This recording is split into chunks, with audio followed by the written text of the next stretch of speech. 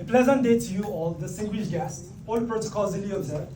Victory Ashaka is my name, and I'm a member of the Young People's Action Team of Generation Unlimited. So it's my birthday today, and it's such a sincere pleasure.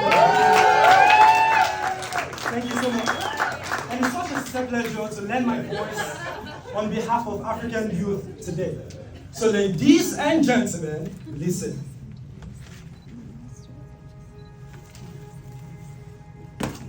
Somewhere in the world, an African youth is thriving. Even on a fateful day that seems unfaithful, by a loss from carrying heavy hands of survival weighed down by recession.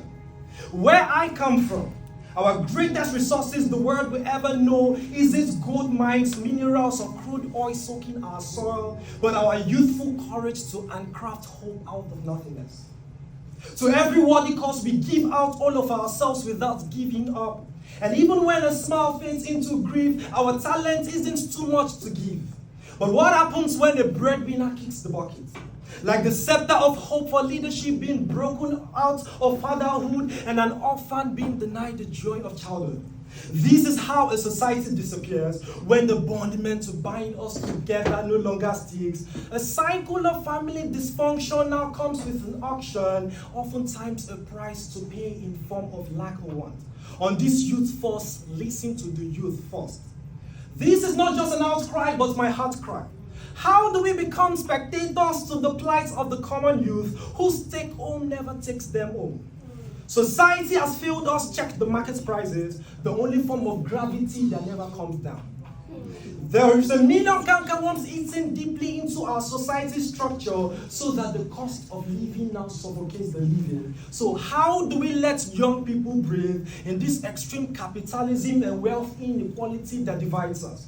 Do we blame it on the government or the public-private sector? But who makes the system if not we, the people? The people capable of revolutionizing, reinventing, rewriting our African narrative, to coin our stories and write them on the underbelly of the heavens, to dip our fingers in the work whilst we do the talk, rebuilding a borderless African union with interlinks of opportunities for a generation unlimited. Redefining what it means for a child to pick up a book and not to be forced into child labor, torture, and mental slavery. For youngsters to pick up a skill and not another child to feed. For youngsters to behold support systems without recoiling into grief. This is a poem for all global citizens, like the boy child on the street whose only reference of football is made of paper and sellotape. A voice for the girl child who never raises her shoulder pad because of pad poverty. Hope to the hopeful, like the roadside artistic genius whose only means to feed is by feeling the heat of fanning into flames. Hope to the homeless, whilst this isn't our final resting place. Hope to the homeless, whilst this isn't our final resting place, no one deserves to be displaced. An outcry for the broken-hearted. If broken crayons still color, then a hopeful heart is a fixable puzzle. Whoa. How deep can we dig into a pocket bearing the weight of lead? How sharp must the pangs of hunger be to make one drown in their tears? Is poverty only a leveler if it affects the ones we love? Or does it only demand our attention when we desire photo ops? For there is no borderline between starvation and death. There is no borderline between starvation and death because we all seek survival. So even as we grieve, we give. So even as we are learning, we lend a helping hand. From the boardroom to the storeroom and to the field, against the grip of restricted opportunities, our power point is to excel in every system.